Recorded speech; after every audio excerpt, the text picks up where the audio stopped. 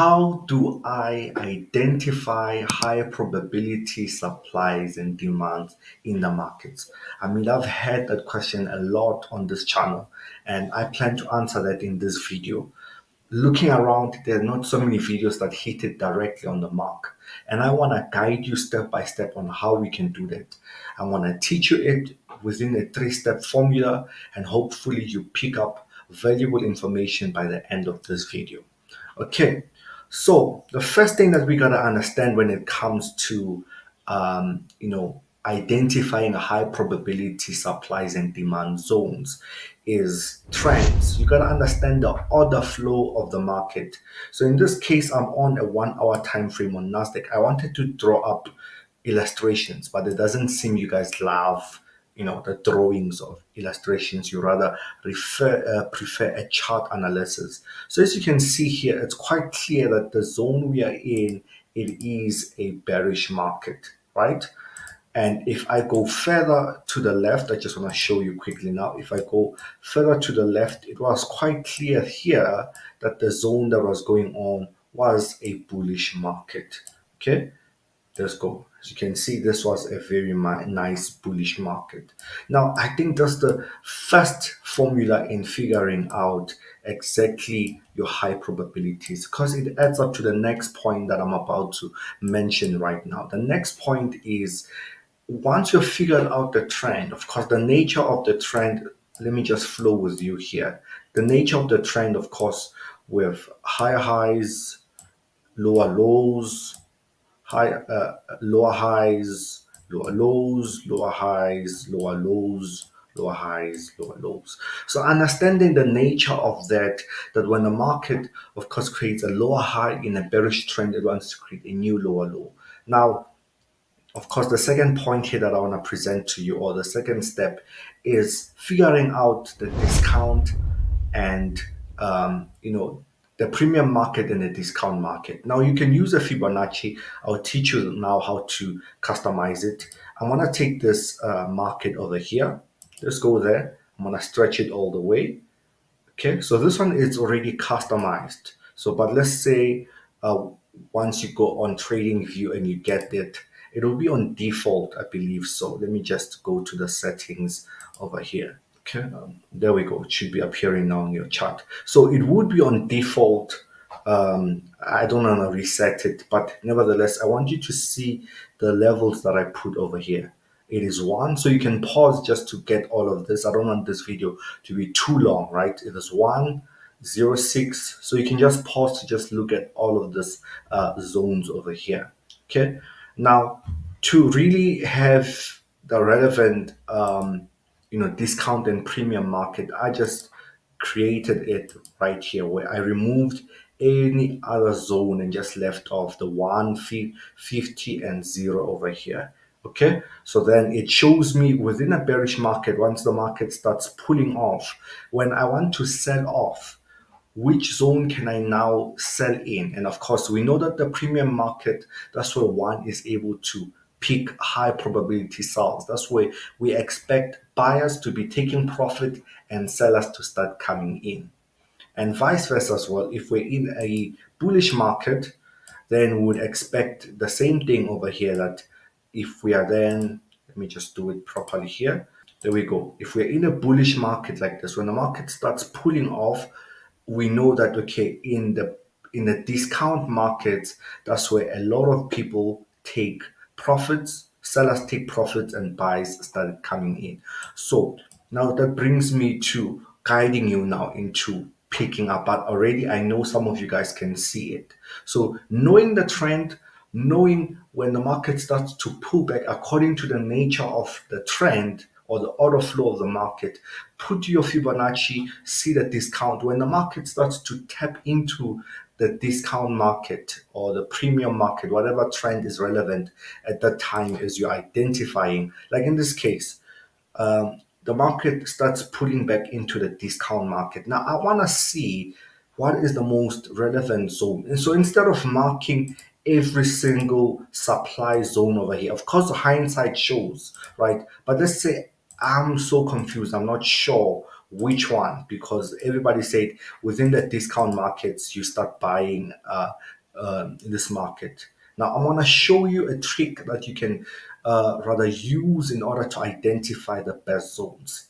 Now, going back to the whole foundation of smart money, is that smart money, we want to identify when smart money is in, and that is momentum. They pump on the market, they sell or buy high contracts, billions of contracts. So that means there will be momentum. By the time they pull back the market to that price where they've pumped it up with momentum, then they can pull the trigger. For example, right? Okay, so I'm just gonna take this trend over here. Okay, so as you can see, we have higher highs with higher lows, right? This is a higher low. And as you can see, when the market started creating this higher low, it suddenly just took off right here. It had this strong momentum candlestick. Now, I like zones like that, and I want you to also like them from now on, because that's the zones where I like to trade off, because that's the high probability zones that you get in the markets. Let me just remove this. That's the high probability zones that you get off of the market. Where the market has took off violently, that shows me that smart money is in, and therefore that's where I want to mark off the zone that the market took off. So for example, right here, we can clearly see. Of course, hindsight now makes it easy for you and I to already see the conclusion of that. But as you can see that the market took off. I want exactly that. And then when it comes back into that discount market, then therefore that's where I'm looking ahead to actually buying off. Okay. Again, we are looking at the trend, the nature of the trend. The nature of the trend is very crucial. Okay, doesn't mean that when you have high probability zones, they'll never lose. But again, your chances of winning trades are higher than your chances of you losing trades. I just hope you understand it, family. I just hope you understand what I'm talking about. Now, you always want to sell off within the zones, especially when you have a pullback. Again, I want to give you another one over here. Okay, I want to give you another one. We're still in a bullish market over here, because of course this was the last higher high. The market broke it, creating the new higher high before we can conclude to say we're in a selling market. So I can take the bullish examples for this teaching, right? Real time examples. Okay, there we go. Now look at this. When the market, of course, bought off here, came back, created another higher low when it started buying off. Look at what happened. It created a new higher high over here, or rather a new high, or just an impulse. We are still part of the impulse, arguably with other learned traders, right? But for the sake of this teaching, look at the pullback when it comes in. Okay, and it is triggered to just buy off. What happened there? Can you spot the thing that I just spoke about? Okay. If we just take, again, we're still in a bullish market, we take our FIBO, okay? We stretch it all the way to the end of the trend and the beginning of the trend. You see where the market came in, it came in all the way into the discount. We got that right, sharp. Okay, now we can see where the market, of course, took place once it started taking off out of this place right here. We had a lot of momentum right in these areas over here. Therefore, that's the area I want to stretch out as a zone to potentially, that when the market comes back here, then we are somewhere just buying off. Okay, and as you can see, the market came into that zone and we saw somewhere just bought off.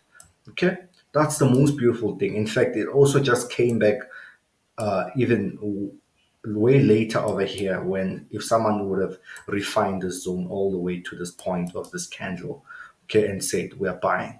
Can you see that the market went all the way up there? Even with sales, you want where the market there's momentum. When it pulls back to that, that's when you want to pull in the trigger. Okay, the countless examples that I can do. I don't want to waste any further time. Like, for example, I'm just going to take this last example here before we end off the session, just to solidify this, right? Again, look at this. Okay, okay. The trend shows is quite bullish, it's quite bearish, right? In this case, if one was trading Perspective is something that's very powerful when it comes to trading. Okay, again, you stretch out your discount. I like to do this when once the market is pulling back, then once it steps into these places, that's where I start looking for that. Now, look at again, it tapped into the premium markets. That's where we want to be buying. Now, show me again where there was a lot of momentum.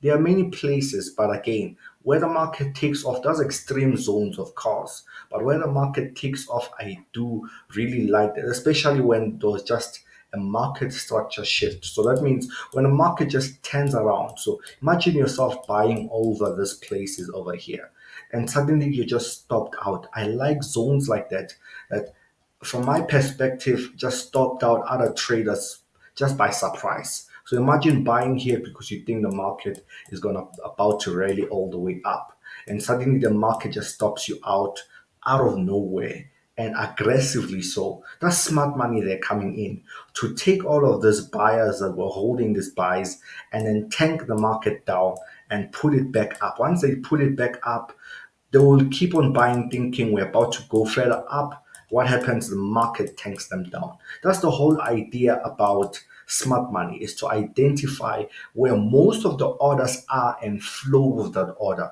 That's why at the beginning of the video I say you want to follow the order flow of the market, and that's how you're going to pick these higher probabilities. Now again, look at that momentum that was there, and that's exactly where I want to take that zone off. Okay, I'm going to take this whole supply over here, stretch it across. There are many ways to draw supplies.